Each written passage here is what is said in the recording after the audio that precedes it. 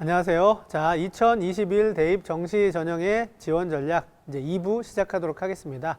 2부는 이제 화면에 보시는 것처럼 자신의 위치에 따른 지원 전략부터 이제 들어가도록 하겠습니다. 자, 이제 대입 전형의 어떤 그 변화된 부분, 그 다음에 환경적인 부분을 다 이제 점검을 하셨고요. 그런 부분을 통해서 저희가 찾아낼 수 있는 요인들을 찾았다면 이제 자기 점수를 한번 정확하게 이해를 하는 그런 어떤 시간이 필요할 텐데요. 일단 먼저 내 점수에 대한 이해를 분명하게 하는 게 필요합니다. 자, 첫 번째, 점수는 이렇게 네 가지 종류의 점수가 있어요. 단순 점수, 반영 점수, 변표 점수, 그 다음에 환산 점수라고 제가 이름을 붙여봤는데, 단순 점수는 아마 아실 거예요. 원점수, 표준 점수 100분위. 그 다음에 반영 점수라는 건 영역별 반영 비율을 고려한 그런 점수가 되겠고요. 그 다음에 중상위권 대학에서는 탐구 100분이나 표준 점수를 그대로 쓰지 않는다고 제가 앞서 말씀을 드렸습니다. 그래서 변환 표준 점수를 부여하게 되는데 그걸 적용한 점수를 변표 점수라고 제가 이야기를 한번 해보고요. 마지막 최종 대학에서 당락을 결정하는 점수는 환산 점수입니다. 대학별 환산식을 계산을 통해서 이제 이루어지는 점수이기 때문에 자, 이렇게 네 가지 종류의 점수가 있는데 뭐 눈치 빠른 학생들은 다 아시겠지만 여기서 가장 정밀한 점수는 어떤 점수죠? 환산 점수입니다. 그래서 왼쪽에서 오른쪽으로 갈수록 가장 정밀한 점수다라고 생각을 해두시면 되고요. 어떻게 변화되는지를 한번 보여드리도록 할게요. 자, 이런 학생이 있다라고 가정을 하면 단순 점수는 표점 합으로 381, 그 다음에 100분위의 합으로 274가 될 겁니다. 자, 그 다음에 여기서 영역별 반영 비율을 고려를 하게 되면 어떻게 되느냐? 바로 386점하고 283점. 점수가 올라가죠. 점수가 올라가는 이유는 뭘까요? 당연히 수학 반영 비율이 이 대학은 높기 때문이었겠죠. 그 다음에 이제 변표 점수, 탐구 점수를 다시 부여한 변환 표준 점수를 가지고 계산을 한 385.79. 이게 이제 변표 점수라고 할 수 있고요. 그 다음에 이제 마지막 대학 환산식에 따라서 계산을 하면 782.99라는 점수를 갖게 됩니다. 이게 환산 점수가 되죠. 다시 한번 말씀드리지만 원점수의 단순합이라든가 표점의 단순합 또는 영역별 반영 비율 점수 이걸 가지고 당락을 결정하는 것이 아니다라는 부분. 어떤 거죠? 환산 점수. 맨 오른쪽에 있는 환산 점수를 가지고 당락이 결정된다라는 걸 잊지 않으셨으면 좋겠습니다. 그래서 최종적으로 환산 점수를 가지고 점검을 해 보셔야 되는데 사실 이 환산 점수는 대학마다 조금씩 다릅니다. 뭐 만점이 1000점이라 하더라도 계산식에 따라서 700대 점수가 나오는 대학도 있고요. 500대 점수가 나오는 대학도 있어요. 그러면 A대학과 B대학을 환산 점수를 가지고 유불리를 따져보기에는 어려울 수 있죠. 그래서 자, 일단 내가 어느 정도 지원을 할 수 있는지 그 지원 가능 범위를 잡을 때는 두 번째 있는 반영 점수를 가지고 해주시는 게 좋아요. 또는 변표 점수까지 활용을 해도 좋죠. 그러니까 영역별 반영 비율이 고려되면 그냥 단순합보다는 조금 더 정밀한 점수이죠. 그러니까 자신의 강약점이 드러난 그런 어떤 점수이기 때문에 이걸 가지고 지원 범위를 잡으시고 군별로 대학을 선택하신 다음에 마지막에 가서는 이제 지원하시기 전에 환산 점수를 토대로 해서 이제 내가 소신 지원이 되는 건지 아니면 안정 지원이 되는 건지 이런 합격 가능성을 진단해 보시는 게 필요할 거라고 생각을 합니다. 자, 환산 점수가 왜 중요한지 환산 점수에 의해서 원점수 합계가 역전이 되는 사례를 한번 보여드리도록 하겠습니다. 자, A 학생이 있고 B 학생이 있어요. 자, 보면은 단순 하부를 비교를 해봤을 때 A 학생이 표점 기준으로 7점, 그 다음에 100분위 기준으로는 7.5점이 B 학생보다 높습니다. 자, 영역별로 살펴보니까 A 학생은 국어를 잘했고요. 그 다음에 탐구를 상대적으로 잘했어요. B 학생은 수학을 더 잘했습니다. 나머지 영역에서는 더 부족하죠. 자, 그런데 이 대학은 서강대학교였거든요. 그러면 서강대학교 환산식이 아래처럼 보이는 겁니다. 서강대는 수학 가형을 선택한 학생들에게 10%의 가산점이 들어가요. 그러니까 A 학생도 125점에다가 10%의 가산점, 그래서 곱하기 1.1이 되죠. B 학생도 130에다가 곱하기 1.1을 해요. 그런데 거기에다가 수학의 반영 비율이 작년에는 46.9%였어요. 그러니까 굉장히 크죠. 이런 어떤 그 특징들을 계산을 하고 나니까 어떻게 되느냐. A 학생의 대학 환산 점수는 799점 정도. B 학생은 802점 정도. 무려 7점이었던 표점의 합을 지금 뒤집어서 B 학생이 더 높아졌어요. 그래서 결과도 A 학생은 불합격을 했고요. B 학생은 합격을 했습니다. 그냥 단순하게 영역별 단순합 387점과 380점을 놓고 보면 380점 학생이 붙으리라고 아무도 예상을 못하죠. 하지만 대학별 기준에 따라서 환산했을 때는 충분히 역전될 수 있다는 거. 그래서 제가 말씀을 드리는 겁니다. 단순 점수 또는 뭐 반영 점수만 가지고 합부를 예측하는 것은 위험할 수 있다라는 부분을 기억해 주시면 좋을 것 같습니다. 자, 그러면 이제 그룹별로 저희가 지원 전략, 그 다음에 그 그룹별 대학을 지원하는데 어떤 부분을 고려를 해야 될지 이 부분에 대해서 이제 그룹별로 한번 설명을 드리도록 하겠습니다.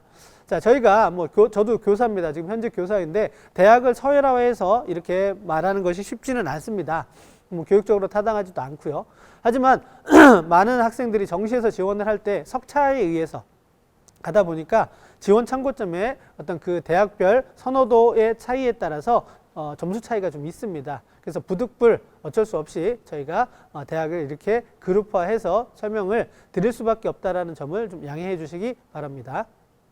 자, 최상위권 대학은 여기서 의치안입니다. 의치안은 먼저 영역별 난이도에 따라서 영역별 영희학력을 점검받을 수 있어요. 무슨 말이냐? 작년 기준으로 수학 나형의 만점이 149점까지 올라갔어요. 그러면 수학 나형이, 물론 이제 의대를 선택하는 경우에는 수학 나형을 지원하는 학생들이 거의 없으니까 그걸 좀 빼도록 하겠습니다. 자, 그러면 다시 가정을 하도록 할게요. 자, 국어하고 수학 가형의 영역별 만점이 국어가 훨씬 더 높게 된다면 그때는 반영 비율하고 상관없이 국어의 영향력이 커질 수 있어요. 그게 언제냐면 재작년이었죠. 근데 올해는 지금 아까 말씀드렸던 것처럼 한 6점 정도 차이가 났습니다. 143점하고 137점. 6점 정도 차이이기 때문에 재작년 그렇게 차이가 많이 났던 거하고는 아니겠지만 그래도 국어를 잘했던 친구가 의대에서도 조금 더 영향을 미칠 수 있다는 걸 좀 생각해 두셔야 되고요.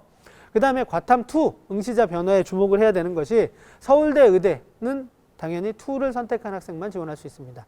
그 다음에 단국대, 천안, 한양대 이런 대학들은 2를 선택한 학생에게 가산점을 부여를 하죠. 그래서 그런 어떤 인원들의 변화도 좀 신경을 써 주셔야 되겠고요. 영역별 반영 비율에 따른 유불리는 당연한 거고요. 그 다음에 의대는 다양한 영어 반영 방법을 가지고 있습니다. 가점하는 대학, 감점하는 대학, 그다음 비율을 적용하는 대학, 또 급간의 차이가 다양할 수 있죠. 그러면 영어 반영 방법에 따라서도 유불리가 발생할 수 있기 때문에 그걸 확인을 해야 되고요. 자, 마지막으로 경쟁률하고 충원 합격의 흐름에 따라서 추합 흐름을 한번 따져보셔야 돼요. 이런 것들을 고려하시면서 최상위권, 의치안의 지원 전략을 세우셔야 됩니다. 자, 한번 보시면 가군과 나군과 다군 중에서 어디가 많아요? 가군이 가장 많죠. 그 다음에 나군, 다군의 순으로 이제 모집 인원이 분포가 되어 있는데요. 지금 표시하는 대학들은 모집 인원이 비교적 많은 대학들입니다. 자, 이런 대학들 우리가 좀 알고 있어야 되겠고요. 자, 그러면 의대를 지원하는 학생들의 어떤 지원 패턴이 어떻게 될지 한번 예를 들어서 설명을 드리도록 하겠습니다. 만약 내가 서울대 의대를 지원할 수 있다라고 가정을 하면 가군에서 서울대를 쓰겠죠.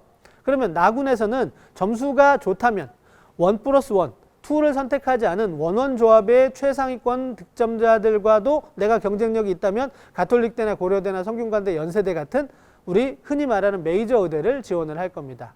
하지만 내가 점수가 좀 부족하다라고 생각이 되면 그때는 2를 선택했기 때문에 한양대를 지원할 가능성이 높아요. 이런 식으로 조합이 나오겠죠. 근데 내가 최상위권 수험생이긴 맞지만 2를 선택하지 않았다. 그러면 가군보다는 나군 쪽에서 시발점을 찾을 수가 있어요. 그때는 가톨릭대, 고려대, 성균관대, 연세대, 울산대 중에 하나를 선택하겠죠. 그러면 가군 쪽에 어디를 가느냐? 나군에서 거기서 출발을 하면 가군에서 아까도 말씀드렸지만 2를 선택하지 않았기 때문에 서울대는 못 써요. 그러면 어디를 쓸 수 있느냐? 그 다음 수준의 대학인 경희대, 중앙대, 이화여대가 있죠. 그러면 거기를 쓰게 되면 나중에 이제 다시 다군에서는 또 다른 대학을 선택을 할 수 있겠지만 그런 조합이 되겠죠. 그럼 만약에 내가 나군에서 연세대나 성균관대를 못 쓰는 성적이라면 나군에서 출발점을 잡는 것이 아니라 가군에서 경희대나 중앙대를 출발점으로 잡을 수 있죠. 그럴 경우에 나군에서 이제 한번 내가 묻지마 지원을 하겠다 그러면 상위권으로 올릴 수 있겠지만 그렇지 않으면 그 다음에는 뭐 한림대라든가 한양대라든가 가천대라든가 이렇게 비슷한 수준 또는 약간 아래 수준의 대학을 잡을 수가 있습니다. 이렇게 이제 지그재그로 계속해서 저희가 이제 지원 전략을 세우다 보면 추합의 흐름이라는 게 보일 거예요. 어디에서 어디로 이렇게 이동하는지 그 흐름을 살피시면서 지원 전략을 세워주시면 좋겠고요. 대부분의 의대를 지원하는 학생들은 가나군의 조합을 짜고 난 다음에 자기가 지역이 수도권이면 이제 순천향대를 중심으로 선택을 할 거고요. 지방에는 뭐 계명대나 고신대나 단국대, 천안 이렇게 지역적 그런 어떤 거리를 고려해서 다군 대학을 결정하는 경향성들이 좀 있습니다. 아무래도 다군은 모집 인원이 모집하는 대학이 적기 때문에 추합이 가군과 나군보다 훨씬 더 많이 돈다라고 보실 수 있죠. 왜냐하면 의대를 희망하는 학생 중에 점수가 아주 부족한 학생이 아니라면 대부분 가나다군을 다 의대로 쓰는 조합이 될 거기 때문에 그렇습니다. 자, 그러면 또 군별로 모집대학의 특징을 한번 보면요. 가군에는 어떤 대학들이 많냐면 지방거점 국립대학이 많습니다. 그리고 나군에는 어떤 대학들이 많았죠? 아까 말씀드렸다시피 서울 소재, 그러니까 메이저 의대라고 할 수 있는 그런 어떤 사립의대들이 좀 많이 포진해 있는 모습을 보실 수 있습니다.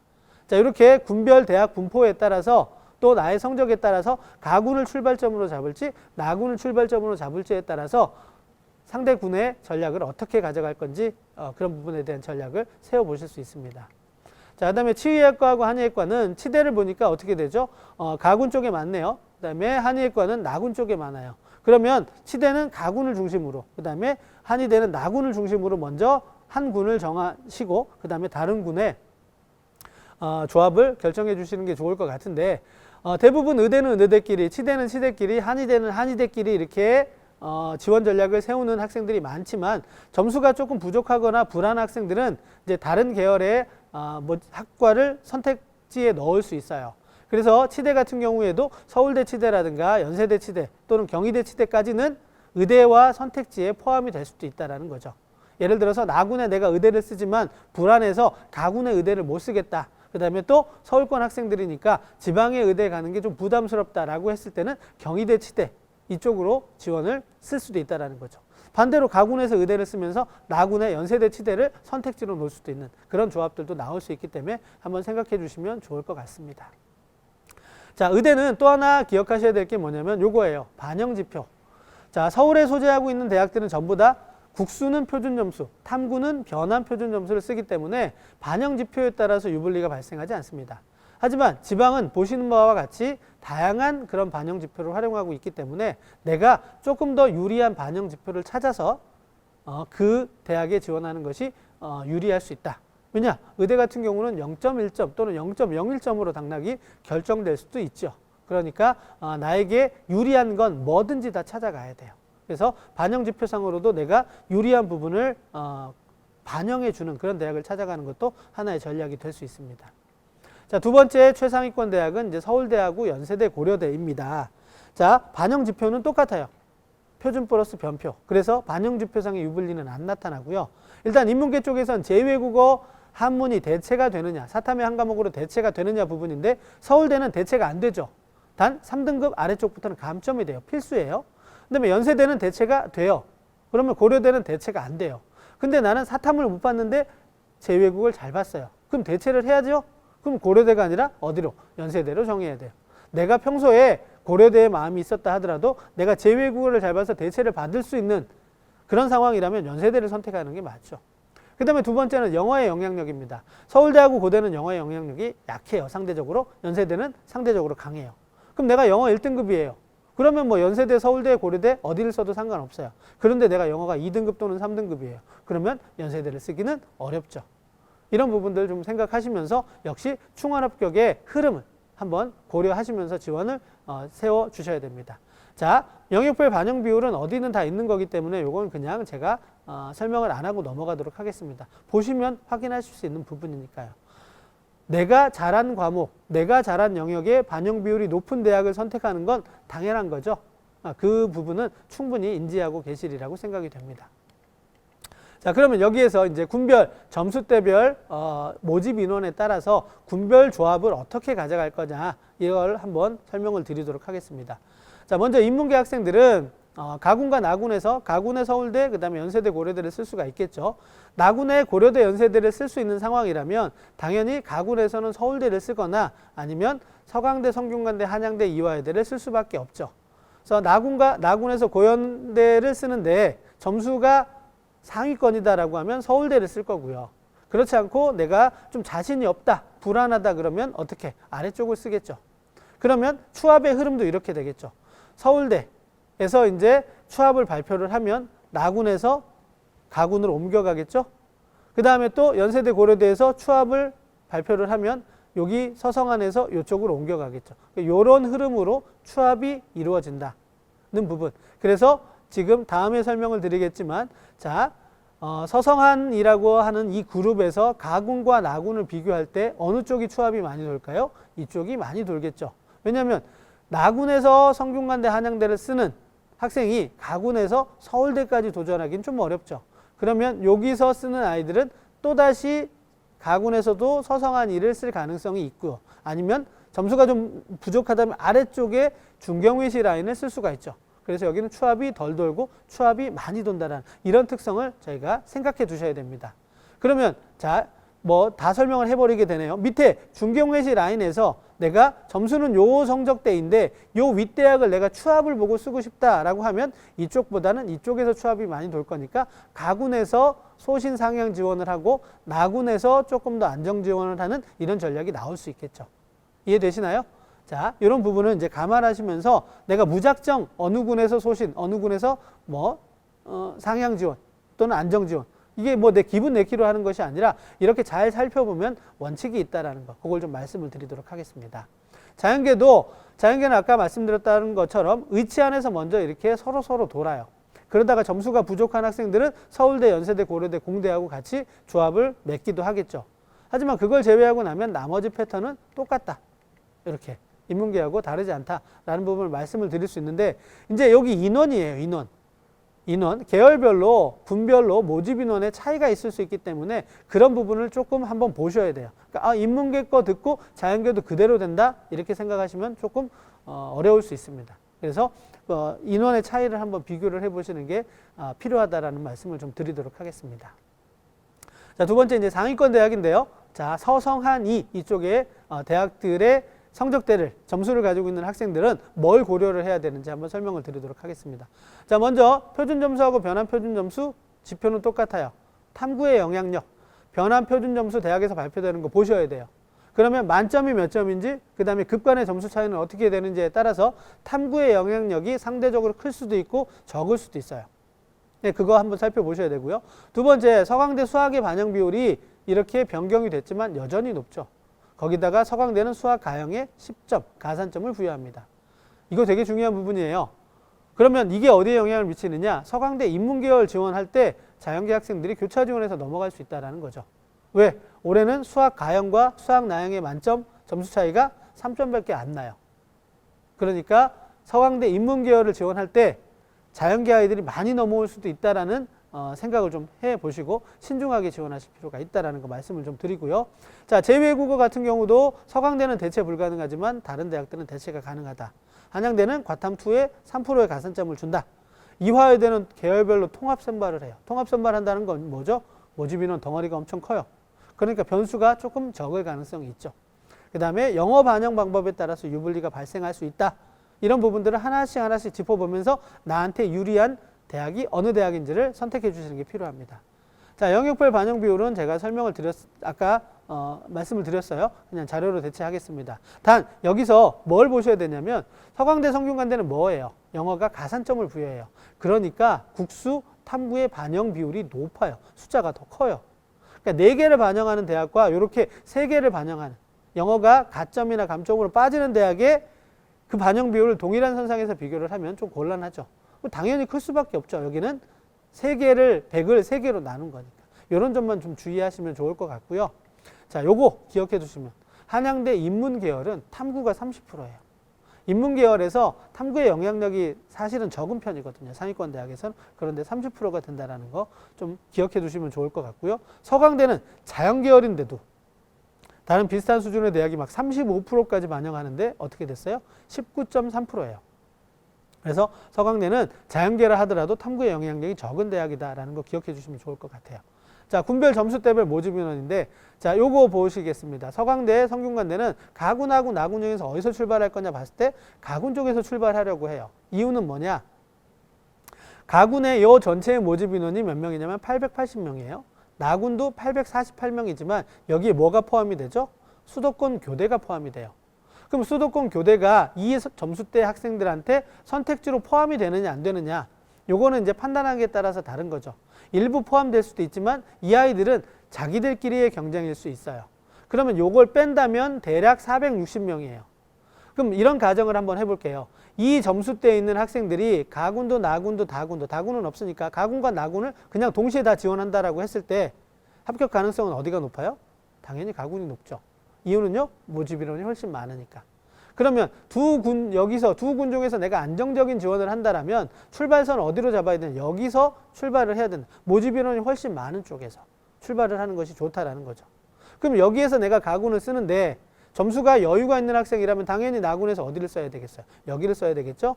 점수가 좀 부족하다면 비슷한 수준을 한 번을 더 쓰든가 아니면 아래쪽으로 쓰든가. 그래서 요렇게 지원 경향이 채워지고 요렇게 채워지겠죠. 추합의 흐름이 요렇게 돌아갈 수 있어요. 이해되시는 거죠? 자, 그런 어떤 흐름을 좀 생각해 보시면 좋다라는 얘기를 좀 드리고 싶고요. 그 다음에 자, 다군에서 이제 처음으로 중앙대 모집 인원이 생깁니다. 그러면 이제 이런 조합 또는 이런 조합 할 때 이제 요거까지 들어오죠. 그렇다면은 내가 여기서 다군의 중앙대를 쓸 거라면 굳이 나군에서도 중앙대나 외대를 쓰지 않아도 된다라는 부분이죠. 그러면 다시 비슷하게 쓰고 요렇게 내려가거나 요렇게 쓰거나 이런 전략들을 생각해 볼 수 있죠. 그 다음에 여기서 하나 아까 다음번에 설명을 드릴 거지만 외대의 특성이 또 있어요. 외대의 특성. 337명 모집 인원도 많죠. 근데 모집학과가 언어별로 막 쪼개져 있어요. 그래서 학과도 좀 많은 편이고 모집 단위별로 점수 차이가 커요. 그런 특징도 있으니까 그것도 좀 활용하시면 좋을 것 같습니다. 자, 그 다음에 이런 조합도 나올 수 있죠. 저희가 일반적이진 않지만 이런 조합들. 왜냐? 이쪽은 안정적이기도 하지만 계속해서 추합으로 이동하기 때문에 끝선이 조금 잘 안 잡힐 수 있어요. 해마다 변화가 좀 될 수 있죠. 끝선이라는 거 커트라인이에요. 그럼 여기에 나군은 어떻게 되느냐? 이쪽으로 제가 추합이 안 돈다고 말씀을 드렸죠. 그렇다면 어떻게 되죠? 여기에 있는 대학은 우리가 어느 정도 상대적으로 끝선을 예측하기가 조금 더 쉽다. 그리고 이쪽을 봤더니 나는 이쪽을 쓰고는 싶지만 요 아랫군에서 내가 안정적인 지원을 가고 싶은데 여기 지방교대를 빼고 나면 여기는 외대밖에 없어요. 근데 여기는 이만큼의 모집 인원이 나오죠. 그러면 내가 여기보다 좀 부닥한데 이쪽을 쓰고 싶으면서 여기를 어쨌든 안정적으로 가고 싶다 그러면 지금 초록색 라인의 조합을 선택을 하셔야 된다는 거죠. 이해되시나요? 이 부분이 사실 수험생 여러분 또 학부모님들은 조금 어려우실 수 있는데 한번 모집 인원의 어떤 그 분포를 보시면서 곰곰이 잘 화살표 지금 보여드리는 거 참고하시면서 생각해 보시면 제가 어떤 얘기를 드리는지 아마 이해가 좀 되실 수 있습니다. 자, 자연계 쪽도 비슷해요. 이렇게 지금 패턴은 거의 비슷하게 이루어지고 있죠. 중앙대가 이제 등장을 하게 되고요. 또 마찬가지로 이런 조합도 생각할 수 있다는 거. 그러니까 인문계 쪽하고 크게 다르지 않다. 단 뭐예요? 이쪽에 지금 화면 때문에 잘 안 보이긴 하지만 중앙대만 215명. 아까는 외대가 300명이라고 덩어리가 더 컸었죠. 그러니까 여기가 지금 선택지가 없을 수 있어요. 그러니까 요렇게 가는 요 조합이 쉽지 않을 수 있다는 거죠. 그래서 요렇게 가거나 아니면 요렇게 간다라고 했을 때 요렇게 가는 조합을 생각해 두시고요. 인문계에 비해서는 요 조합이 생각보다 많이 나올 수도 있죠. 그런 것들 한번 고려해 보시면 좋을 것 같습니다. 자, 다음 이제 이 서성한 그 상위권 대학에서 고려해야 될 부분 중에 서강대학교를 좀 말씀드리고자 하는데 서강대 수학 가형의 가산점 10%를 준다라고 제가 말씀을 드렸습니다. 자, 작년에 서울특별시 교육연구정보원에서 수합한 자료를 보니까 서강대 인문계열을 지원한 사례가 총 78건이 있었어요. 그 중에서 수학 가형을 선택한 지원자가 24건 있었고요. 자, 그 중에서 합격한 사례가 8건이 있었어요. 그러니까 자연계 학생인데 인문계로 교차 지원을 해서 합격을 한 학생이라는 거죠. 자, 그런데 작년의 상황은 어떠했느냐? 요거예요. 작년에는 수학 나형이 149점 만점이 수학 가형이 134점, 15점이나 차이가 났었어요. 그러니까 나형을 선택한 학생들이 훨씬 더 점수를 잘 받았는데 가형을 받은 학생이 점수가 적은데 가산점 10%를 더해서 역전을 시켜서 합격한 이런 사례가 8건이나 있었다는 거죠. 재작년에는 어떻어요? 지금 133, 139 차이가 적죠. 올해하고 좀 비슷한 상황이에요. 그러다 보면 어떻게 됩니까? 올해도 지금 여기가 137, 140, 3점밖에 차이 안 난다고 말씀을 드렸죠. 그러면 여기에서 가산점을 받으면 역전이 되잖아요. 그럼 올해도 마찬가지로 서강대는 자연계에 인문계 자연계 학생들의 교차 지원이 나타날 수 있다는 부분. 그러면 작년에 이 어려운 여건 속에서도 8건이라는 합격 사례가 나왔는데 왜 그랬을까를 봤더니 물론 인문 교차 지원한 학생들의 수가 100분위 평균은 92.5로 그렇게 높지도 않았어요. 그런데 자연계 합격자들의 수가 100분위 평균은 95.8이었어요. 사례예요, 사례. 표본이고 사례이기 때문에 일반화시킬 수는 없지만 내가 자연계 쪽으로 가니까 경쟁이 안 되니까 가산점을 받아서 인문계를 가겠다. 왜? 이쪽은 자연계 다 가산점을 받잖아요. 그래서 그런 것들을 한번 좀 생각해 보시면 올해는 점수 차이가 작년과 다르다라는 거, 더 좁혀졌다라는 거, 이 부분을 좀 생각하시면 인문계 학생들이 서강대를 지원하실 때 조금은 더 신중해야 되지 않을까, 이런 어떤 분석을 한번 해볼 수 있습니다.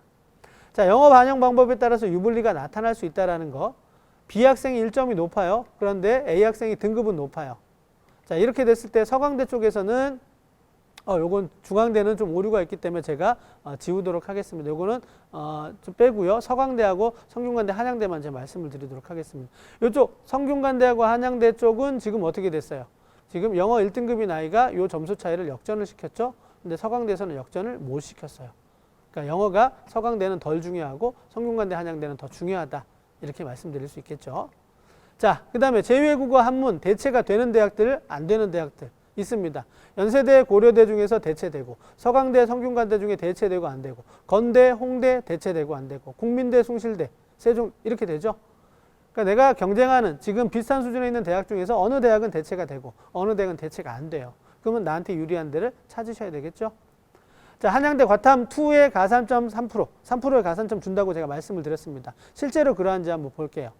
자, 역시 마찬가지로 서울특별시 교육연구정보원에서 수합한 자료 중에 보니까 2019에서는 144건 중에 성균관대 합격자 중에 과탐2 합격자가 13.2%, 한양대는 38.7%였어요. 작년에는 표본이 좀 적었어요. 41건 중에서 0.02%, 한양대는 31.7%. 그러니까 당연히 많다. 이 말은 무슨 말이에요? 자기의 특성을 잘 알고 유리한 쪽을 찾아가고 있다라는 것을 생각해 보실 수가 있죠. 자, 그 다음에 중상위권 소재로 이제 넘어가도록 하겠습니다. 중상위권이라 하면 이제 중경외시대학 수준이에요.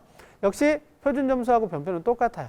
변표 점수를 통해서 환산 점수 계산하는 거 반드시 해 주셔야 되고요. 다른 거 제외하고 요거 설명을 드리도록 하겠습니다. 경희대학교는 가군하고 나군이 나뉘어져요. 가군에서는 주로 서울 모집단이고 나군에서는 수원에 있는 국제 캠퍼스 모집단이에요. 이 대학은 복수 캠퍼스를 운영하는 단일 대학입니다. 하지만 지역에 따라 캠퍼스 위치에 따라서 점수 차이가 아직은 조금 있어요. 그래서 가군의 경희대는 중상위권으로 분류가 되지만 나군의 국제 캠퍼스는 건대, 동대, 중위권으로 분류를 하시는 게 더 타당하다라고 볼 수 있습니다. 그래서 그거 좀 기억하시고요. 제외국어 한문은 전부 다 대체가 가능합니다. 그 다음에 요거 기억해 주시면 좋죠. 아까 제가 미리 좀 설명을 드렸습니다. 한국외대 학과별로 입시 결과의 편차가 조금 큰 편이다라는 거. 그러니까 제3세계 좀 먼 곳에 있는 언어를 사용하는 국가들의 점수는 좀 낮을 수 있어요. 모집 인원도 적기 때문에. 그런데 변수도 많아요. 자, 서울시립대는 상대적으로 영어가 인문계는 기준으로 25%, 자연계는 20%. 상대적으로 다른 대학들에 비해서 좀 높다라는 거 기억해 주시면 좋을 것 같습니다. 자, 여기에서 이제 선택지에 좀 들어와야 될 부분이 뭐냐면 교대예요. 교대는 서울권 교대하고 이제 수도권, 서울 수도권, 그 다음에 지방 교대가 있을 수 있는데 서울고대, 경인교대는 점수성으로 봤을 때 서성안하고 좀 비슷한 수준. 그 다음에 그 밑에 대학들의 교대는 이제 중경외시하고 좀 비슷한 수준으로 좀 보시면 되는데 일단은 입결하고 상관없이 교대를 희망하는 학생들은 또 이렇게 특정 군으로 이렇게 집단화돼 있을 수 있기 때문에 대략적으로 좀 말씀을 좀 드릴 수밖에 없습니다. 자, 여기서는 이 교대는 반영 지표가 다 이렇게 달라요. 반영 지표가. 물론 표준 점수하고 100분의 1 그대로 반영하는 대학이 주로 많지만 그러면 당연히 뭐를 고려하셔야 되죠? 반영 지표에 따라서 내가 100분의 2가 유리하면 이쪽 대학을, 표준 점수가 유리하면 이쪽 대학을 선택을 하시는 게 좋죠. 다 어디서 모집해요? 나군에서 모집해요. 그래서 나군의 경쟁률이 약해요. 다 나눠가기 때문에. 그러면 나군에서 여기 쓰면 가군에서 이화여대하고 교원대 쓰겠죠. 교원대가 이제 올해부터 다시 가군 모집을 하게 됩니다. 전체적으로 영역별 반영 비율이 상대적으로 골아요. 그 말은 무슨 말이에요? 영어가 반영 비율이 높다라는 얘기겠죠. 자, 다른 건 다 살펴보시면 되는데 요건 좀 주의하셔야 돼요. 수학 가형과 과탐의 가산점을 반영하는 대학들이 이렇게 많이 있습니다. 그러면 여기에는 자연계 학생들도 합격자가 나온다는 얘기죠. 가산점을 받고 들어오기 때문에. 실제로 재작년에 제가 한번 사례를 추업해 봤을 때 춘천교대 같은 경우는 자연계 합격자가 상당히 많았습니다. 그러면 내가 그런 어떤 자연계와 경쟁하는 게 조금 불안하다라고 생각이 되면 왜? 어떤 아이가 올지 모르잖아요. 그러면 이런 대학을 피하고 쓰시는 게 좋겠죠. 가산점도 수학에만 주느냐, 수학하고 과학에 같이 주느냐에 따라서 달라지기 때문에 그 부분 한번 생각해 주시면 좋을 것 같습니다. 자, 영역별 반영 비율은 이제 아까 제가 말씀드렸으니까 넘어가도록 하고요. 자, 여기서 또 이제 지원 전략, 군별 조합을 한번 찾아보도록 하겠습니다. 자, 역시 요 라인에서 이쪽은 890명, 이쪽은 지금 지방교대를 빼고 나면 한 400명 정도밖에 안 되죠. 그러면 이 군에서 내가 출발점을 잡는다면 여기부터 출발점을 잡는 게 더 나은 조합이라고 생각이 됩니다. 이쪽이 더 합격 가능성이 높을 수 있죠. 말씀드렸죠, 제가. 그래서 여기에 지원을 한다면 점수가 여유가 있으면 이렇게 지원을 세울 수가 있고요. 그 다음에 이제 뭐예요? 다군에 또 선택지가 하나 등장을 하게 되죠. 자, 그래서 이런 조합이 가능하고요. 그러면서 지금 요렇게 쓰거나 요렇게 쓰다가 내가 뭐 소신 지원을 해보고 싶으면 중앙대를, 조금 안정 지원을 해보고 싶으면은 홍익대를 쓸 수 있는 그런 조합이 나오죠. 자, 그런데 제가 윗선의 대학, 이 윗그룹을 설명할 때 뭘 설명을 드렸냐면 서성한 이 상위권 대학은 가군과 나군 중에서 추합이 어디가 많이 돈다고 말씀을 드렸죠? 여기가 많이 돈다고 말씀을 드렸어요. 그래서 요것과 요것으로 가는 이런 조합도 또 생각해 볼 수 있어요. 단 이쪽에는 모집 인원이 적기 때문에 아래까지 범위를 넓히지 않는다면 안정지원이라는 게 조금 어려울 수 있다는 그 점을 좀 감안해 두시면 좋을 것 같아요. 그래서 요렇게 되면 요렇게 쓰는 거겠죠? 그죠? 아니면은 요렇게 쓴다면 요렇게 되는 거죠. 요렇게 추합이 흐르거나 요렇게 추합이 흐르거나 이렇게 되는 부분인데 이쪽은 추합이 덜 돌기 때문에 요런 식의 추합의 흐름은 상대적으로 적을 수 있다는 거 감안해 주시면 좋을 것 같습니다. 자, 그 다음에 자연계도 좀 유사한데요. 자, 여기 보면 자연계는 더 범위가 좁아요. 여기는 215명, 여기는 지금 400명. 외대가 지금 빠지기 때문이죠. 그러면 다른 것들은 비슷하다고 이렇게 보실 수 있어요. 그 다음에 여기서 이제 자연계는 조금 더 많이 나타나죠. 지금 홍익대 인원도 크고, 그 다음에 경희대 국제캠퍼스, 건국대네요. 건국대도 지금 모집이 들어오고요. 그래서 여기를 기준으로 요렇게 쓰거나 요렇게 쓰거나 요렇게 쓰거나 요쪽에 지금 모집 인원이 좀 제법 있으니까 요렇게 쓰는 조합도 괜찮죠. 그런데 추합은 덜 돌 수 있다. 추합은 어떻게 돈다? 요 흐름. 그래서 여기를 이렇게 넓은 범위로 놓고 보면서 요렇게 가는 이런 거를 한번 생각해 보시는 게 어떨까? 추합을 생각하신다면. 하지만 이쪽에 내가 기준점을 두겠다 싶으면 요렇게 시작하는 조합이 괜찮고요. 또는 요렇게 생각하는 거 아니면 요렇게 생각하는 조합. 거기에 어떤 조합을 선택할지는 다군을 어디를 선택하느냐에 따라서 중대를 선택하느냐 아니면 홍대를 선택하느냐에 따라서 이 조합은 달라질 수 있다는 거. 이거에 따라서 이 조합을 결정해 주시면 될 것 같아요. 자, 조금 어려울 수 있는데 곰곰이 생각해 보시면 아마 제가 뭘 설명을 드리고자 하는지 아실 수 있으리라고 생각이 됩니다. 자, 그 다음에 이제 중위권 건대, 동국대, 홍익대, 건동, 홍숙 라인을 한번 보도록 하겠습니다. 이제 분할 모집을 좀 많이 하죠. 그 다음에 여기서 특징은 숙명여대예요. 숙명여대가 모집 단위하고 계열에 따라서 수능 반영 방법이 달라요. 그건 이 대학뿐 아니라 이제부터는 많이 그런 대학들이 좀 나오게 되죠. 홍익대는 대체가 안 되지만 다른 데는 다 대체가 되고요. 건국대의 자연계열은 영어 2등급까지 많죠. 그러면 2등급을 맞은 학생은 건국대를 써도 하나도 불리하지 않은 거죠. 자, 그 다음에 여기서 중요한 건 이거예요. 이제 대학별로 반영지표가 다양해져요. 지금까지 요 윗선까지는 전부 다 표준 플러스 변표라는 동일한 반영지표를 활용했었는데 이제는 아니라는 거죠. 그래서 요렇게 되는 대학, 요렇게 되는 대학, 요렇게 되는 대학. 그래서 이제부터는 내가 여기에서 이 군과 아랫 그룹을 이제 지원 전략을 삼고 내가 대학을 찾을 때 이제 반영 지표를 활용해 주셔야 된다는 겁니다. 자, 영역별 반영 비율 제가 넘어가고요. 요겁니다. 서울권 소재에서 이렇게 다양한데 대부분 중상위권 대학은 표준 플러스 변표를 많이 쓰고요. 그 다음에 중위권 대학은 100분위를 많이 쓰죠. 지방 수도권으로 내려가면 대부분이 100분이에요. 100분이. 그런데 여기에서 다가 아니라 이제 내가 선택할 수 있는 그룹, 그 구간에서 비교를 해야 되죠.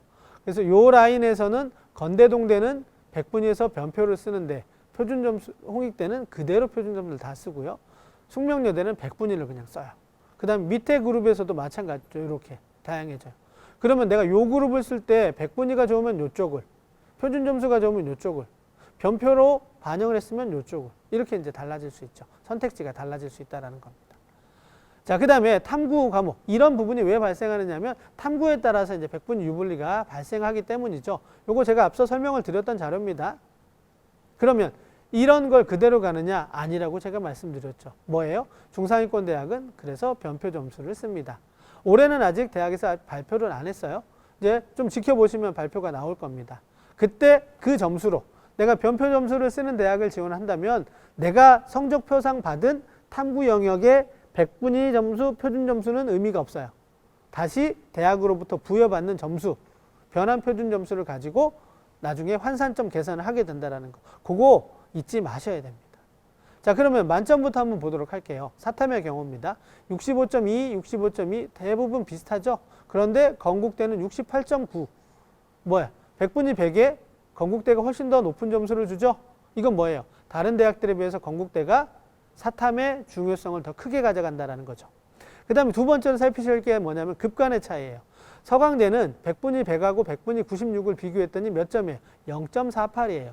100분위로 4점이나 차이가 나는데 실제 변환 표준 점수로는 0.48점밖에 차이가, 1.2채 차이가 안 나요. 그러면 뭐예요? 사탐은 별로 안 중요한 거죠. 건국대는 몇 점이에요? 그보다 크죠. 2.15. 상대적으로 여기가 사탐이 더 중요하다는 거 아실 수 있습니다. 자, 자연계로 넘어가 볼게요. 과탐의 변표 점수를 보니까 어떻게 됐습니까? 여기 성균관대 68, 66, 67, 68, 60. 어떻죠? 인문계보다 만점이 높아요. 그 말은 뭐예요? 대학들이 이런 대학들이 사탐보다는 과탐을 더 중요하게 생각한다라는 것을 아실 수가 있죠.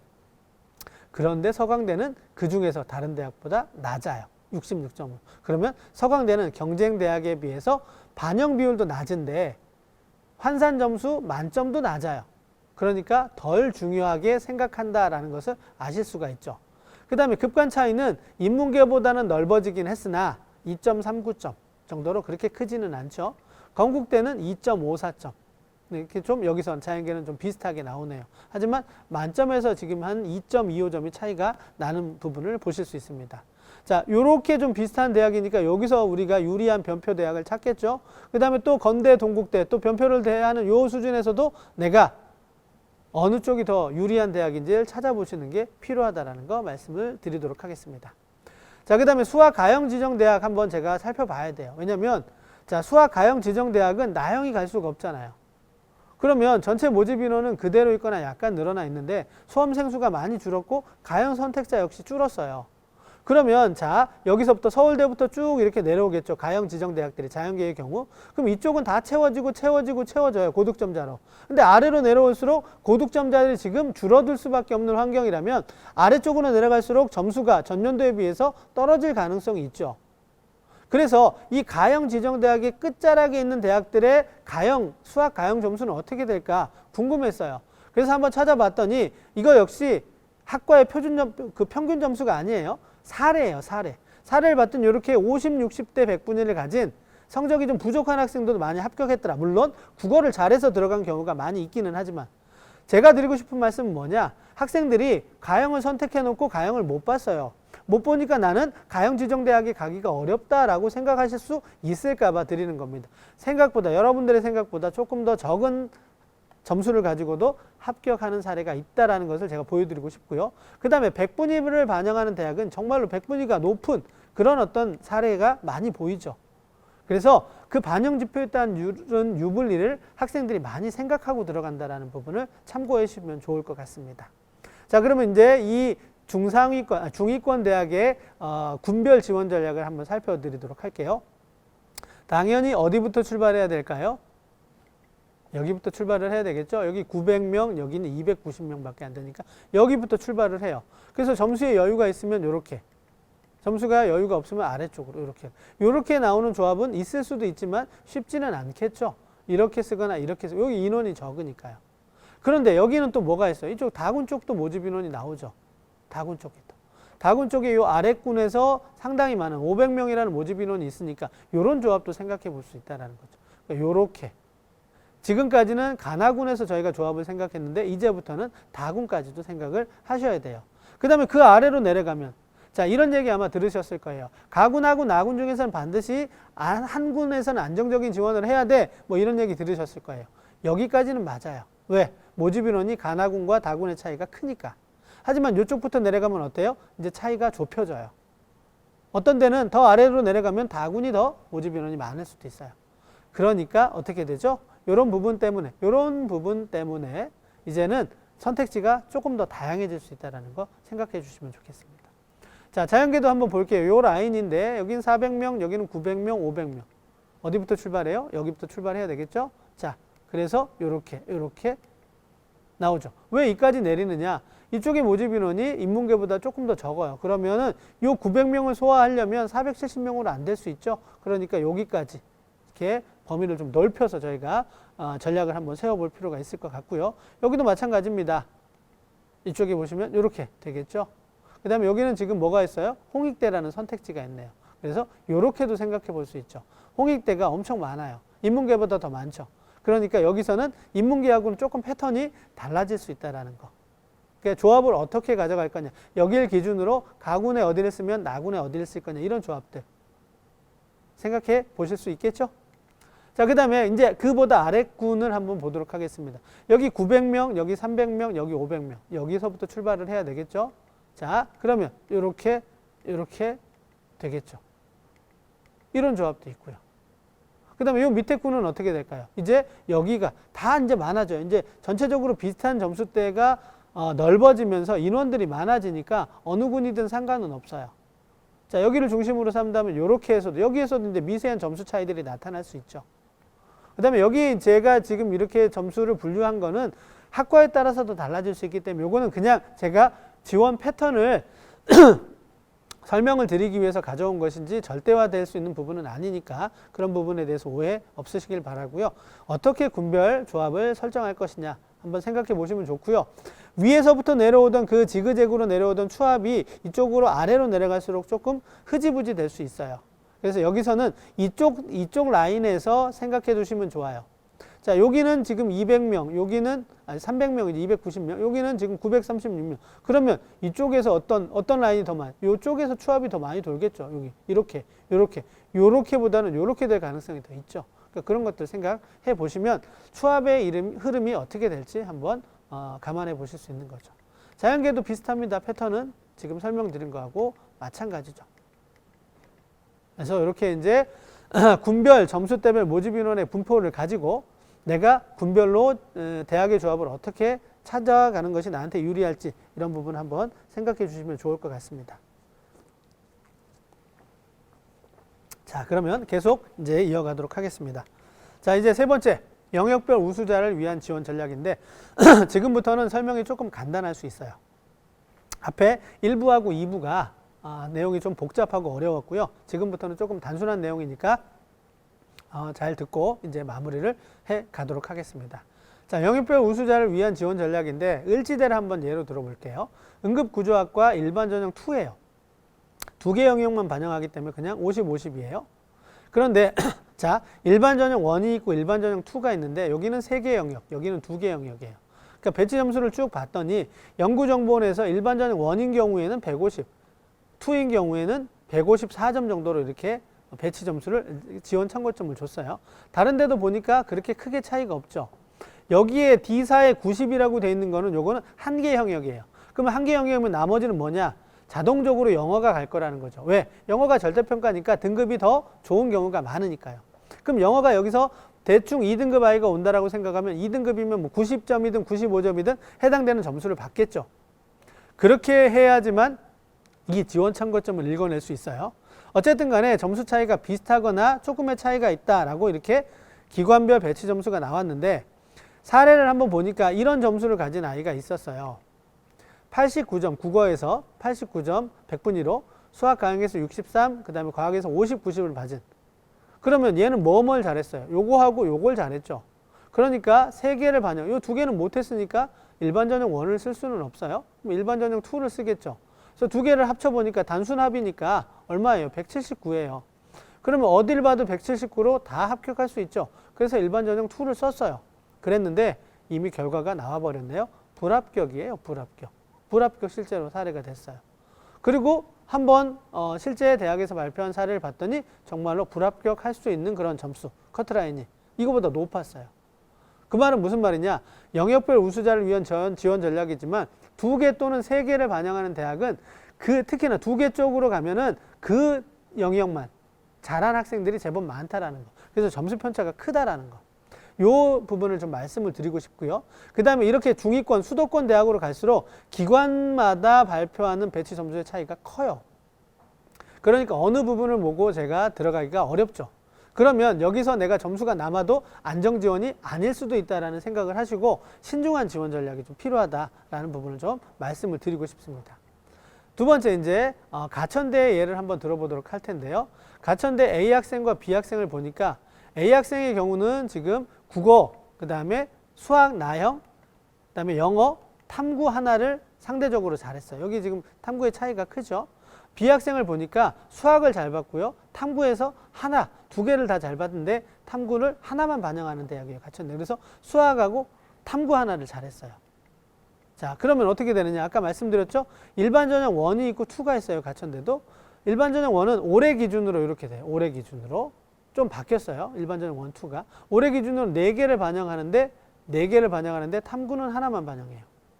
그 다음에 일반 전형 2는 3개를 반영해요. 3개를 반영하는데 우수한 영역별로 45%, 40%, 15% 이렇게 반영해요. 그러면 이 A 학생은 일반 전형 1하고 2 중에서 어디를 써요? 일반 전형 1을 쓰는 게 맞겠죠? 그 다음에 B 학생은 일반 전형 2를 쓰는 게 맞겠죠. 이렇게 이제 자기의 점수 구조에 따라서 맞춤형으로 전형을 선택하는 것 필요하다라는 거 말씀을 드리고 싶습니다. 자, 그 다음에 이제 국어 수학 반영 비율 높은 대학, 이건 자료로 정리됐으니까 제가 설명을 안 하고 넘어가도록 하겠습니다.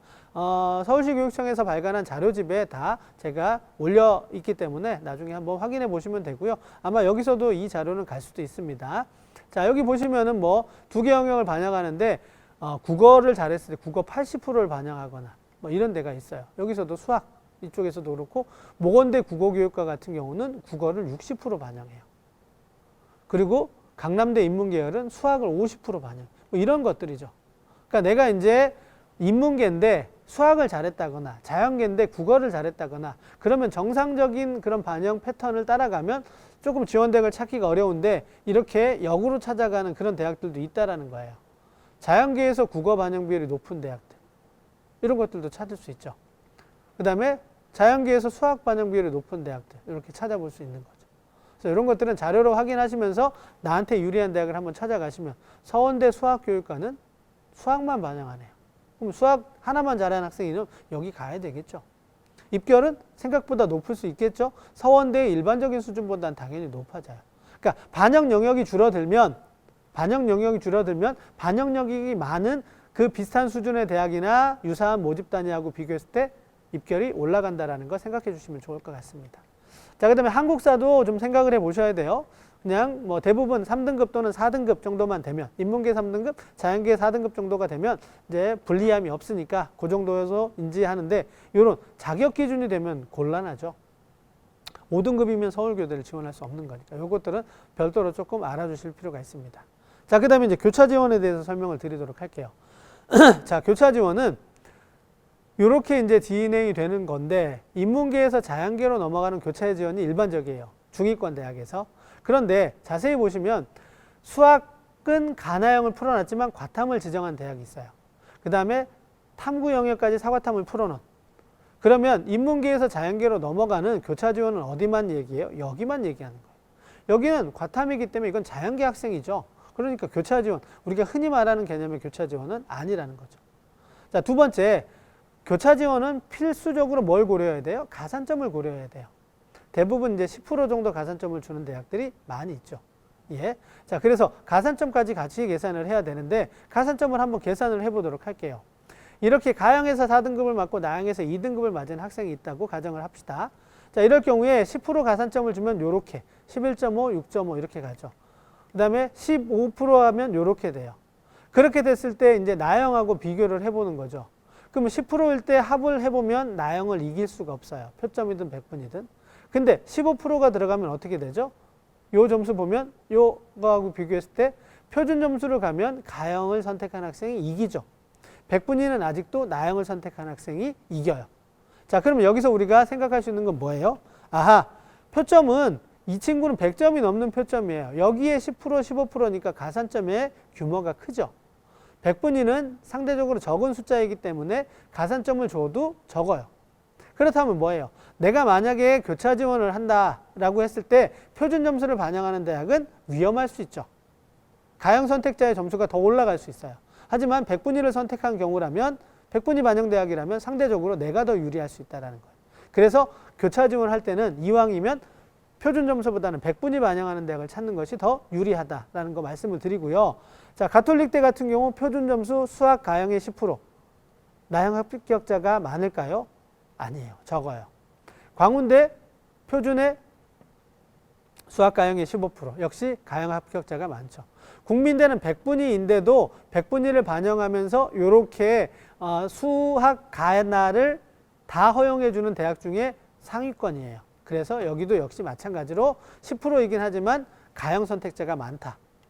그보다 조금 더 낮은 대학인 서울여대에서는 백분위이고 수학 가형의 10%를 반영하는 이 대학에서는 나형 선택자가 조금 더 많지는 않지만 늘어났다라는 것을 볼 수 있습니다. 그래서 그런 부분 좀 생각해 두시고요. 그러면 이제 이보다 더 밑에 있는 수도권에 있는 대학들은 어떻겠어요? 당연히 나형의 합격자가 상대적으로 서울권보다는 훨씬 더 많다라는 거 생각해 보실 수 있겠죠.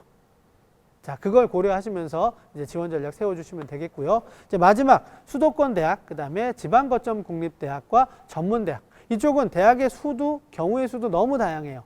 그래서 이제는 특징과 지원 전략 중심으로 간단히 좀 정리를 하고 마무리를 짓도록 하겠습니다. 수도권 소재의 대학 특징은 뭐냐면 4개를 다 반영하는 대학보다는 3개 또는 2개를 반영하는 대학이 많다라는 거 앞서 몇몇 사례를 통해서 보여드렸습니다. 두 번째, 수능 영역별 반영 비율과 방법이 다양해요. 그렇기 때문에 내가 유리한 곳이 어딘지를 찾는 것이 필요하죠. 그 다음에 세 번째, 입시 결과하고 경쟁률, 충원율의 변화가 커요. 해마다 경쟁률에 따라서 달라질 수도 있고요. 그 다음에 지원 참가점과 비교했을 때 된다라고 했는데 안 되는 경우도. 이 편차가 크기 때문에 사실은 신뢰가 조금 떨어지는 구간이죠. 그렇기 때문에 내가 이 세 곳을 다 동일한 기준으로 안정 이렇게 쓰기보다 또는 상향 쓰기보다는 소신과 상향을 좀 더 섞어서 이렇게 쓰는 것이 합격 가능성을 높일 수 있는 방법이 되겠고요. 네 번째, 앞서 을지대 사례에서 보여드렸죠. 기관별 지원 참고점의 편차가 큽니다. 그러니까 이런 경향들이 나타나요. 3번과 같은 경향. 그래서 여기는 조금 더 안심하고 지원, 예측대로 결과가 안 나올 수도 있다는 부분을 감안하시고 지원 전략 세워주시면 좋을 것 같아요. 자, 그럼 이제 하나씩 특징들을 한번 보여드리도록 하죠. 자, 지원 전략입니다. 수능 반영 영역 수와 반영 방법을 고려해서 유리한 조합을 찾아라. 일단 3개를 반영하는 게 유리할지 4개를 반영하는 게 유리할지, 그 다음에 이런 세 가지가 있는데 이런 거 한번 찾아보고요. 그 다음에 자, 3개를 반영하더라도 물론 여기는 지금 이렇게 수원대 간호 4개를 반영하는 데하고 을지대 간호학과 중에서 3개를 반영하는데 2개는 고정이고 하나는 선택이에요. 자, 이런 것들이 있지만 3개가 다 고정인 그런 3개 반영 대학도 있을 수 있겠죠. 여기서 나한테 조금 더 유리한 곳이 뭐냐 찾아보시고요. 복수의 정시 트랙을 운영하는 대학이 있어요. 가천대는 아까 예로 제가 설명을 드렸죠. 그런데 이제 한국 산기대도 있어요. 일반 학생, 수능 우수자.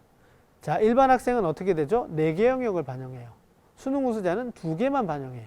입결의 차이가 상당히 크죠. 이쪽에 80, 거의 90까지 가요. 여기는 지금 75 정도였죠.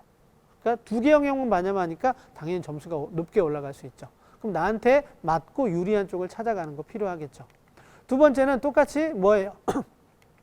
반영 비율입니다. 이렇게 특징 있는 부분들. 아주대 경영은 수학 나형의 40%를 반영하네요. 그 다음에 또 한양대 에리카 보험계리도 수학의 40%. 가천대는 탐구를 하나만 반영하네요.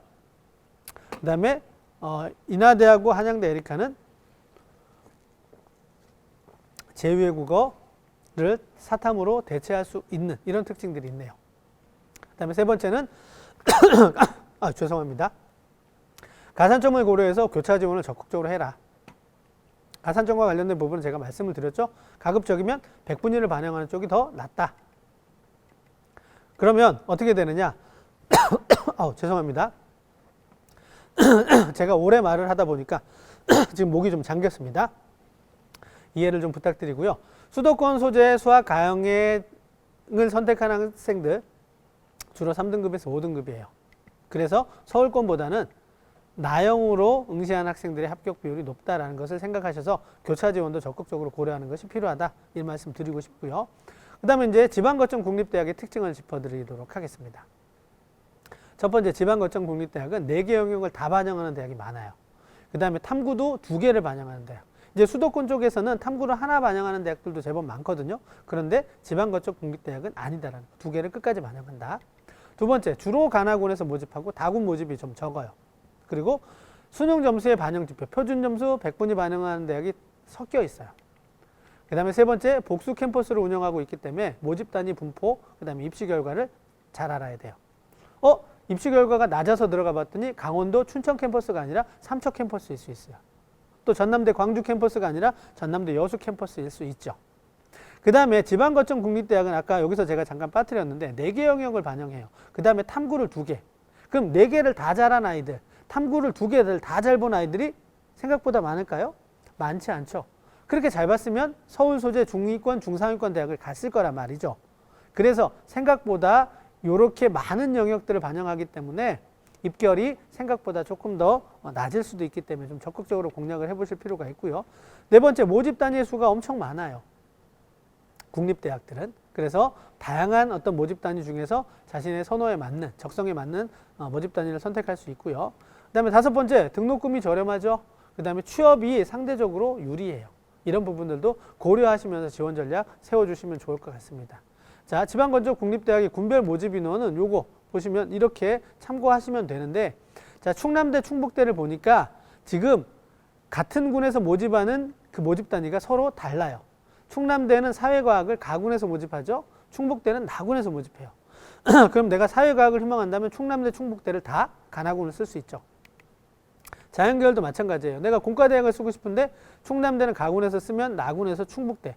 인근 지역에 있으니까 선택하기 쉽게 이렇게 포진해 있어요. 그런데 또 전남대하고 전북대를, 자, 여기 전남대하고 전북대를 보면 또 상황이 다르죠. 전남대, 전북대는 어떻게 돼 있어요? 이쪽은 지금 경영을 예로 들면 전남대도 가군에, 전북대도 가군에 이렇게 돼 있죠. 그래서 이렇게 이제 선택지가 좀 다른 경우도 있다라는 거 참고하시면 좋을 것 같습니다. 자, 그 다음에 이제 마지막 전문대인데요. 전문대에서 제일 중요한 부분은 이거라고 생각이 돼요. 그 전문대가 어느 위치에 있는지. 그래서 서울권에 있는 대학들 이렇게 쭉 보면 서울권에 있는 대학들. 당연히 뭐예요? 입시 결과가 높은, 선호도가 높은 대학이겠죠. 이런 대학들이 있고요. 그 다음에 여기서 조금 가까운 경기 북동부에 있는 대학을 살펴보니까 몇 대학이 지금 보이죠? 위치를 정확하게 아시는 게 필요하고요. 그 다음에 상대적으로 많은 대학이 어디냐면 많은 구간이 여기예요. 이쪽에 수원 및 경기 남부 쪽에. 이런 어떤 대학들이 이런 지역에 전문대가 좀 많다라는 거. 그래서 첫 번째 전문대를 내가 지원을 하겠다라고 마음을 먹었으면 어느 위치에 있는 대학이냐를 확인하셔서 통합거리를 살피시는 게 필요하다라는 거 말씀을 좀 드리겠습니다. 자, 그 다음에 전형 요소 반영 비율은 수능 100%인 대학도 있고요. 학생부, 정시인데도 불구하고 수능을 반영하지 않는 대학도 있어요. 근데 수능을 망쳤다면 전문대에서 학생부를 반영하면서 생각해 볼 수 있고요. 그 다음에 이제 수능하고 학생부를 적절하게 섞어서 반영하는 대학들도 있다라는 거죠. 자, 4년제 대학에서 조금 더 디테일하게 설명을 안 드린 이유가 뭐냐? 4년제 대학은 횟수에 제한이 있어요. 전문대는 횟수에 제한이 없습니다. 그렇기 때문에 이렇게 간략하게 넘어가는 거고 저희가 방법을 좀 알려드리는 선에서 좀 그치려고 합니다. 자, 수능 반영 방법 1개, 2개를 반영하는 데가 있죠. 근데 2개를 반영하는 데가 조금 많습니다. 3개, 4개, 5개. 그런데 대학을 보면 어때요? 이쪽에 있는 대학들이 이름을 보시면 서울권에 있는 대학들이 많죠. 수도권에 있더라도 이름을 좀 들어본, 그러니까 선호도가 높은 대학들. 그게 입시 결과도 상당히 높겠죠. 그래서 전문대를 하더라도 조금 선호도가 높은 대학들은 반영 영역이 크다라는 거, 많다라는 거 좀 생각해 주시면 좋을 것 같습니다. 자, 이제 마지막 전문대 지원 전략 마무리를 지을 텐데요. 자, 첫 번째, 수능 반영 방법 다르죠? 한번 확인해 주시고요. 반영 영역의 개수도 달라집니다. 두 번째, 계열 구분이 없는 곳이 많아요. 그러니까 좀 적극적으로. 네, 인문계라도 자연계로, 자연계라도 인문계로 이렇게 좀 교차 지원도 적극적으로 해 주시는 게 필요하고요. 세 번째, 지원 횟수에 제한이 없다라고 말씀드렸죠. 그러니까 가능한 많이 지원하시는 게 필요합니다. 네 번째, 반영 방법에 따라서 점수를 계산해요. 그러니까 저희가 이제 설명을 할 때도 계산을 할 수 있어요. 반영 방법에 따라서 두 개 영역을 하면 국어 점수하고 수학의 100분의 1 더한다. 그럼 더 해봐요. 그거하고 대학에서 발표한 입시 결과하고 비교를 해보면 내가 가능성이 얼마만큼 있는지 알 수 있죠. 그래서 뭐 횟수 제한도 없기 때문에 여러 개를 직접 해보실 수 있다라는 거. 그다음에 다섯 번째, 당연히 전문대를 가는데 대학 별로 그렇게 중요하지 않습니다. 학과 위주로 선택을 하고요. 통합거리를 살피시는 게 중요하다라는 말씀 드리도록 하겠습니다. 마지막입니다. 여섯 번째, 어차피 전문대를 간다는 것은 취업이나 진로를 고려하는 거예요. 그래서 졸업 후에 진로, 취업 이런 부분을 고려해서 대학과 학과를 선택해 주시고요. 그 다음에 요즘에 이런 학생들도 많아져요. 4년제 대학으로 편입을 노리고 전문대를 가는 그런 학생들도 있기 때문에 이런 이후의 전략까지 고려하는 그런 부분이 전문대에선 필요할 거라고 생각이 됩니다. 자, 지금까지 설명을 잘 드렸는데 이제 마지막 마무리를 좀 짓도록 하겠습니다. 설명을 드렸던 내용들을 요약하는 거라고 보시면 되는데요. 자, 첫 번째는 뭐냐? 수험생 감소에 따라서 합격선의 변화를 좀 예측해봐라. 그 다음에 대수능 성적 분포에 따른 뭐 유불리 이런 것들도 따져봐라. 이런 환경적인 요인을 먼저 제가 살펴야 된다라는 말씀 드렸고요. 두 번째, 단순 점수가 아니라 환산 점수로 최종 점검한다. 그러니까 자기 점수의 강약점을 알아서 마지막 환산 점수로 최종 점검하는 단계가 필요하다. 자, 세 번째, 군별 점수대별 모집 인원을 비교하면서 전략. 아까 제가 막 화살표 그려가면서 설명드렸던 거 있죠? 이거 잘 해주시기 바라고요. 네 번째, 지금까지 설명을 드렸던 것들은 다 뭐냐? 보이지 않는 점수를 1점이든 2점이든 찾아낼 수 있는 노력이었어요. 그런 것들을 얼마만큼 성실하게 하느냐에 따라서 드러난 점수보다 더 나은 대학을 지원해서 합격할 수도 있다는 거 생각해 두시고요. 마지막, 제일 중요한 것일 수 있습니다. 당장의 합격보다 대학생활과 미래를 살피는 것. 당장의 합격을 위해서 교차 지원해서 내가 감당할 수 없는 그런 모집 단위로 지원을 하거나 선호하지 않는 모집 단위로 지원을 해서 이후에 자퇴를 하거나 중도 포기하는 그런 학생들이 좀 많은 그런 사례가 좀 있습니다. 그래서 내가 선택한 이 학과는 평생 직업이 될 수도 있어요. 그럼 내가 좋아하는 일을 찾는 것이 지금 당장의 학교의 레벨을 올리는 것보다 더 중요할 수 있다라는 부분을 끝으로 말씀드리고 오늘 설명회 마치도록 하겠습니다. 긴 시간 경청해 주셔서 감사드리고요. 오늘 제 설명회를 들으신 중랑구 수험생 여러분 모두 좋은 결과 있기를 바라면서 오늘 설명회 마치도록 하겠습니다. 감사합니다. 네, 명쾌하고 꼼꼼한 강의 감사드립니다. 저희가 실시간으로 진행을 해서 사실 실시간으로 이제 질문이나 이런 부분을 받아보려고 했는데요. 제가 봤더니 구독, 좋아요 한 분 남겨주시고 실시간으로 이제 답변해 주신 분은 없으셔서 궁금한 사항이 있으시면 저희 중랑구 방정환교육지원센터 홈페이지 온라인 게시판에 올려주시면 저희가 성실히 상담해 드리도록 하겠습니다. 그리고 오늘 자료는 저희 중랑구 방정환교육지원센터 자료실에 오늘부터 내일 오전까지만 강의 자료는 올라가 있을 테니까요. 그때 다운받으셔서 확인하시면 되고요. 그리고 저희 우편으로 신청하신 분들 계시죠. 저희 교육청 자료집과 그리고 중랑구에서 이제 발행하는 정시지원 참고표 이런 부분 우편으로 발행하는 거는 저희가 내일쯤 이제 발송을 해드릴 겁니다. 그럼 받으셔서 꼼꼼하게 확인해 보시고 아까 전에 강서 선생님이 말씀하셨던 이제 1점 찾는 거 그런 거 있죠. 그런 부분도 꼼꼼하게 찾고 또 분석하고 이래야 내 점수를 잘 활용할 수 있기 때문에 여러분들 이런 부분 잘 활용하시기 바랍니다. 더 궁금한 사항은 저희 센터에 이제 물어보시면 저희가 상담도 잡아드리고 같이 이야기해 볼 기회가 많으니까요. 혼자 고민하지 마시고 같이 정시 상담도 하면서 내 점수를 최대한 아깝지 않게 잘 활용해서 지원해서 우리 꼭 좋은 결과 있기를 바라겠습니다. 오랜 시간 들어주셔서 감사합니다.